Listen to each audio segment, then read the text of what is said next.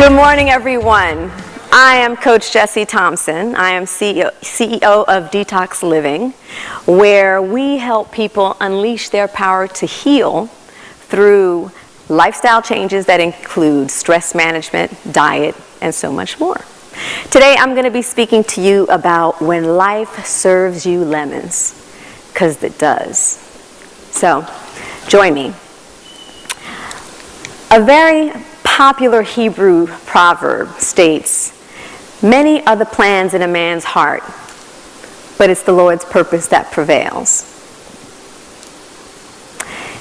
See, I, like you, I had many plans. So many plans. And let me just bring you into a little bit of what they look like. All right? At the age of 17, I realize I'm clicking it. At the age of 17, I was just fired up and ignited by Papa Miles' teaching on purpose. At Azusa, he talked about, I was born for a purpose. I wasn't here on accident. That God actually had something in mind that he wanted done. And then he made me to accomplish that. It literally turned my world upside down and got me thinking about, what am I deeply passionate about? I came to music and ministry, those two key things. And that set me off on a path to attend NYU for music business. And at that point, graduated, I started working with gospel music record label, Verity Records, and who's now RCA Inspiration. And it set me on a path to work with gospel greats John P. Key on his very first, and actually the record label's first gold record, Show Up, as well as music icons such as Donnie McClurkin and even civil rights leader Rosa Parks. I also, in my tenure of 15 years working in the music business, got to work with Erykah Badu on her debut record, On and On, and gospel hip-hop icons, The Truth and The Ambassador, on their Stellar Award-winning and Grammy-winning, Grammy-nominated works. At one point, I was even named one of the top 15 women in Christian hip-hop. So, I guess you would say I was living my dream. I was actually one of the few people I knew who was doing what I went to school for. But it's the Lord's purpose that prevails. See, my reality was a little bit different. Today, I'm the best-selling author of Hope Beyond Fibroids, Stories of Miracle Babies and the Journey to Motherhood. I'm a nutrition and health coach. I'm a speaker, right? I'm a fibroids activist, and I am the co-founder of the Hope Beyond Fibroids Elimination Program, where we work with people to cure and prevent conditions such as fibroids, and our program results have included one client even eliminating 50 fibroids, documented MRI, documented fibroids without surgery on our program. And even one woman who was unable to conceive for 12 years due to infertility issues, having her miracle baby, and now on her second child. Pretty amazing things. And I'm also the co-founder of The Detox, which my partners and I had the great fortune to launch actually on the Breakfast Club recently in November of 2017. And our focus there is, with great success now, we've been able to help people reverse things like high blood pressure, high cholesterol, reduce symptoms from diabetes, sickle cell, MS, other inflammatory conditions, things that chronically have impaired our communities. But how did I get here? Right? So let me tell you a little bit about my journey. I am one of the 90% of black women who've been affected by fibroids by age 50, actually starting in my 20s. My $1 million journey took me from miscarriage to miracle to now my mission of now coaching people to cure and prevent inflammatory conditions such as fibroids, PCOS, endometriosis, infertility, diabetes, heart disease, and more through bold lifestyle changes that include stress management, diet, and more. Now, these were my lemons. They're called fibroids. Your lemons may look a little bit different. They may be the loss of a loved one, loss of a job, hope deferred, changes that you didn't. And it's such a thread. I love what Charissa was saying about all of us. See, that's the commonality of life. We are all going to be hit with lemons of some sort. But it's about what we do about them. My $1 million journey included, as I said, 14 years battling fibroids, and that also came with 10 years of infertility, 10 surgeries, 5 of them for fibroids, 5 of them for complications from those fibroids, 5 IVF cycles, that's in vitro fertilization, 120 plus days combined in the hospital from all of those different procedures. A heart-wrenching miscarriage. Our baby fighting for her life at 21 weeks when, after this pregnancy that took us 10 years to accomplish, the doctor stood in front of me and told me that the complications that had developed now was a condition called fetal growth restriction because my baby was not able to grow the way she needed to because the fibroids that returned were siphoning off the blood supply. So at 21 weeks, the doctor says to me, you might want to consider terminating your pregnancy. This pregnancy that took me 10 years to accomplish. But, praise God, it ended with this amazing miracle. This amazing miracle because on September 8, 2011, I gave birth to Nia Madison Thompson, who changed my life. But she changed my life in more ways than I can ever imagine. Because when I birthed her, she birthed me. As I said, from miscarriage to miracle to mission.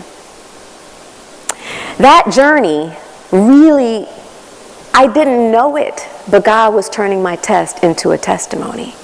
And He was making the very mess that I felt was plaguing me the platform for my mission and my work.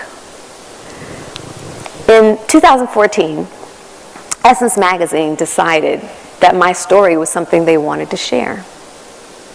That catalytic moment literally created the platform that I'm standing on today because my story went viral. Not 1 or 2 women responding, but millions of women responding and saying, wait a minute, this is my story too. I'm battling this too. It awakened me to the fact that 26 million women between the ages of 15 and 50 actually battle uterine fibroids. And it set me on this mission, this goal to end the epidemic. And it actually spurred on what you see me dealing with now, what you see me working and doing now. But again, let's go back to what was that path? Because you see, lemons actually lead to purpose. If we do the following. Each person has talked about the lesson. See, life is full of lessons, but it's about whether or not we will avail ourselves of those lessons.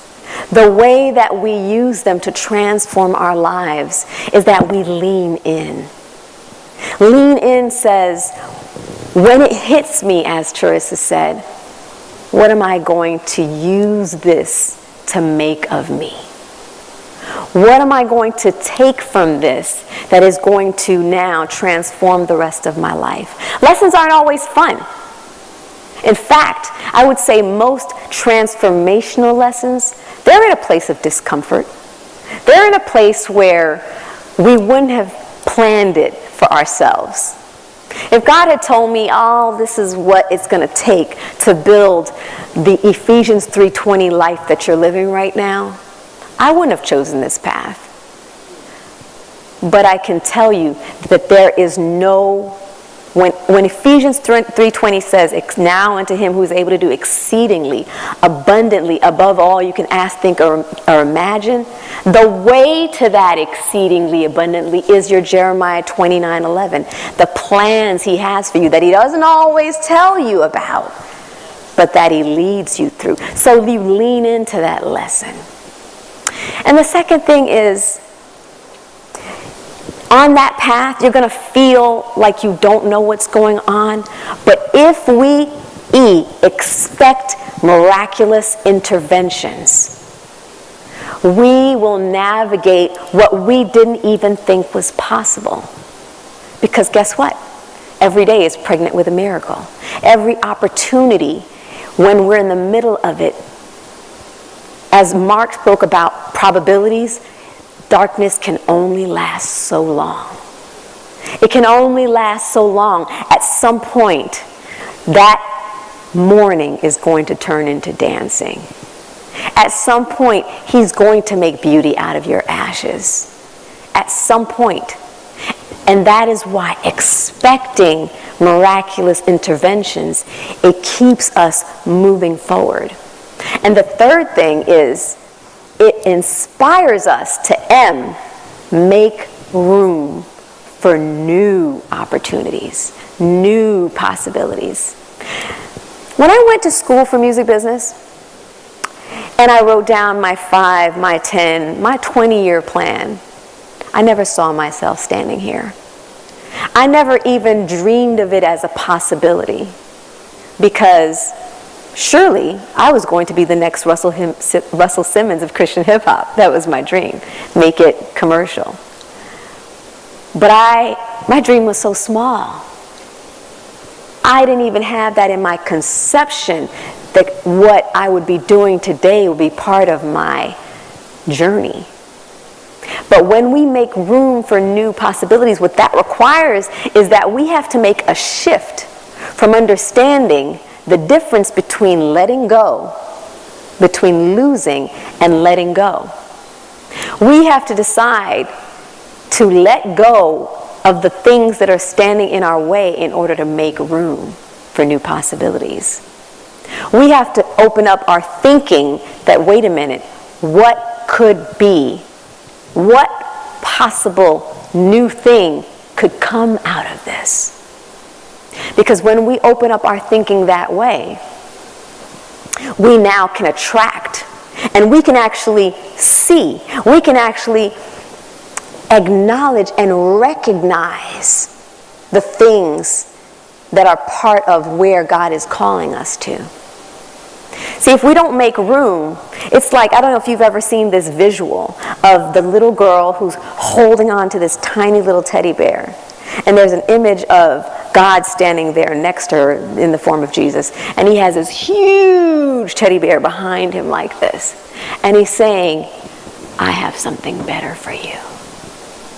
But if you sit there holding on to the thing that you thought, that you allowed to identify, to really define your life. See, what have you got your identity tied into? You're holding on to it so tight because you think it's the be-all and end-all. But when that is lost, what are we left with? We now have to evaluate what new can come out of this. Right? So, lean into the lesson. Expect the miraculous. Make room for new possibilities. And this one is my favorite. Obey your instincts. Now, for me as a woman of faith, my instincts are informed by God's voice. So he leads me and guides me. And I often say that your greatest success strategy is not your business plan. It's not your degree. It's not your resume. It's not your skill set. And mind you, these are all important. But our greatest success strategy is our intimacy with God. Because grace will take you where hustle can't. When we are able to do the most important thing of slowing down to be with God and hear, you can hear the small voice, the leadership, the guidance, the direction of what is really most important. Because there are times and moments that I can take you along the path that I couldn't have scripted it better. I couldn't have scripted Essence Magazine asking me to tell them there. In fact, they had someone else slated. And they said, oh, it fell through. Do you want to share your story? I was like, oh, that was a God moment. Right? I'll share with you the story of how we ended up on the Breakfast Club. Anybody here know about the Breakfast Club? Okay, pretty much everybody. So I was attending an event, and it was actually just in support of Congresswoman Yvette Clarke, is the Congresswoman for the 9th District in New York. And she named me a 2017 Shining Star, one of her awards, last year. And at the Congressional Black Caucus, I was invited to come and present my book, actually as part of their Authors Pavilion. And remember, make room for new possibilities. My mantra was, okay, I'm going to say yes, because if you open the door, I'm going to walk through. I may not have all the answers and think I know how to do it, but I'm going to walk through and trust for the grace to do it. So I said yes, and I felt the need, I felt compelled, obeying your instinct, to go and attend an event there in support of Congresswoman Clarke. It was her event at the Congressional Black Caucus, one of her events. I didn't know what it was about. I didn't really know who was speaking. It turns out that Angela Yee, who is a co-host of the Breakfast Club, was actually one of the panelists. Came into the room and it was full. I mean, it was, wall to wall, standing room only. And I grabbed a seat in the very last row. As I'm listening, I don't really know why I'm there, but just about maybe 15 minutes earlier, I had whispered a prayer. God, will you show me why I'm here? And as the event is about to come to a close, my phone vibrates because, it's not ringing. I'm at an event. But I saw a number pop up, and I was like, oh, I need to give this person a piece of information. So I step out the door, I take the call. As I'm hanging up, Angela Yee walks out the door, literally standing right next to me. And I said, hi, I really enjoyed your talk, and I wanted to just tell you what I do. And literally, I hadn't planned this talk. I hadn't planned this pitch. I hadn't planned this moment. As I opened my mouth, the words came, preparation. I know what I do, right? And I said, November is Diabetes Awareness Month, and I'd love to come on the show and talk to your audience about how to prevent and cure inflammatory conditions that affect, people of color in our communities. Right away, she said, oh my God, I'd love to talk about that. I'd love for you to come on. And I said, well, how about we do an event at your juice bar? I mean, literally, the idea is coming as I am opening my mouth. This isn't written. This wasn't planned. I hadn't even thought about it. Okay? But she was not just receptive. It was as she had been prepared. She says, I'm actually always talking to the guys about the fact that diabetes is not a condition that's just for, people who are overweight. She said, I would love for you to come. Within about 6 weeks, we were on the show and launched a program that had not even been conceptualized at the time that I was talking to her about it. I share this with you because that was just obedience. Obedience. Taking time so that we can be aware and responsive to the God of all creation and Him actually inspiring and leading us. I could not have planned that moment better. Our business has grown more than 300% since that time. I could not have planned that moment better. It was masterfully marketed because that's the Creator's job. I mean, He's the source of all creation. And never give up. This is so critical because, as Anton spoke about it, how I can't tell you how many times I wanted to stop. I can't tell you how many times I felt like I was a failure. What am I doing here? In the hospital, how many times I felt like I was going to literally die. But what I kept saying was, God, you said you'd never leave me nor forsake me. I believe you. I trust you. I trust you, and I know that you said you would never leave me nor forsake me. In those moments of darkness, those moments where everything in us wants to give up. This is where they say you reach up and you pull yourself up by your bootstraps. Well, the Bible says David, he encouraged himself in the Lord. Well, this is where we find out what we truly believe. This is where we find out who we truly believe in and what is actually the fabric of our character.